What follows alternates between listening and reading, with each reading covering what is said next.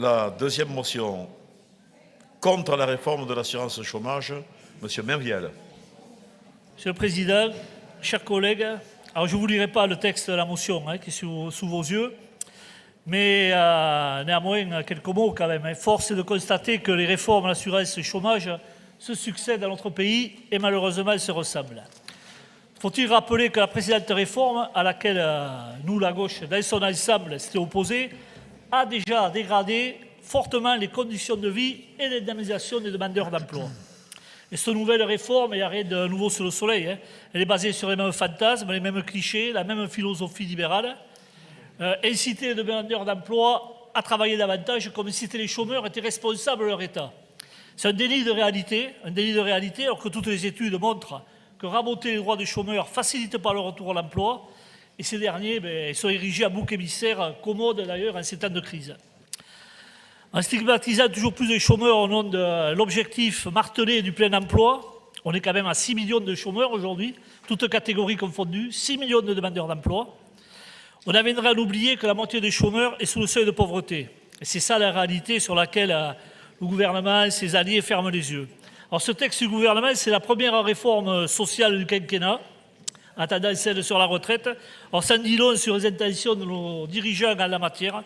Alors oui, on soumet au vote cette motion qui demande l'abandon de ce nouveau projet de réforme de l'assurance chômage et également l'annulation de la précédente réforme qui a plongé, ne l'oublions pas quand même, il faut le rappeler, des centaines de milliers de demandeurs d'emploi dans la pauvreté et la précarité.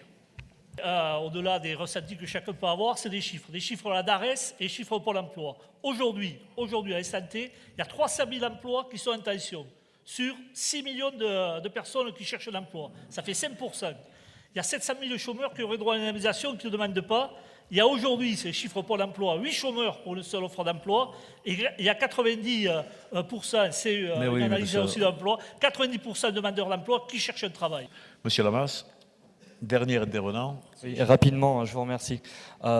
Pour réagir, alors je me mets un peu à ma place il y a 3 ans, c'était André Duchâteau qui occupait ma place et j'imagine bien ses réactions quand vous avez ne serait-ce que parlé d'Assistana. Et déjà, encore aujourd'hui, ça me met quelques émotions négatives. Bref, 2 questions à la suite de votre intervention, 2 questions très sincères et pas de questions gauche-droite, on oublie tout ça. 2 questions. Est-ce que vous pensez sincèrement, dans votre fort intérieur, sincèrement que durcir les conditions pour bénéficier des allocations chômage, ça crée de l'emploi? Deuxième question, est-ce que vous pensez sincèrement que la diminution des allocations chômage permet le retour à l'emploi?